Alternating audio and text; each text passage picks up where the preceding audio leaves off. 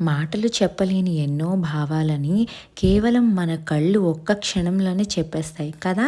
అందుకే ఈరోజు మన 30 డేస్ పెయింటింగ్ సిరీస్ డే 11లో ఈ ట్రెండింగ్ ఐ పెయింటింగ్‌ని ఎలా వేయాలో నేను చూపిస్తున్నాను. ఈ పెయింటింగ్ వేయడానికి మెయిన్‌గా కావాల్సింది ఐ అవుట్‌లైన్ పిక్చర్. ఈ ఐ అవుట్‌లైన్ పిక్చర్‌ని నేను నాకు నచ్చిన పిక్‌ని ఇచ్చి చాట్‌జీపీటీలో జనరేట్ చేసుకున్నాను. ప్రాంప్ట్ కావాలంటే కామెంట్ చేయండి. ప్రాంప్ట్ ఇస్తాను.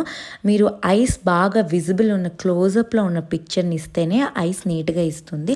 ఫ్యాబ్రిక్ పెయింటింగ్‌లో మిగతావన్నీ ఒక ఎత్తయితే ఐస్ వేయడం మాత్రం చాలా పెద్ద టాస్క్. ఎందుకంటే ఆ ఐబ్రో షేప్ కానీ, రెప్పల డీటెయిలింగ్ కానీ కొంచెం అటు ఇటు అయినా ఐస్‌లో న్యాచురల్ లుక్ మొత్తం మారిపోతుంది.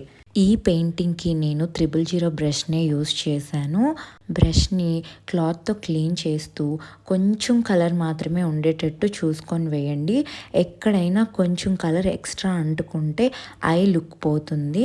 సో, చాలా జాగ్రత్తగా వేయాలి. లాస్ట్‌లో వైట్ పెయింట్‌తో ఐ బాల్స్‌లో డీటెయిలింగ్ ఇస్తే ఇంకా ఐస్ పెయింటింగ్ కంప్లీట్ లుక్ వచ్చేసినట్టే. ఈ ఐస్ పెయింటింగ్‌ని కస్టమైజ్డ్ గిఫ్ట్స్ కింద కూడా ఇవ్వచ్చు.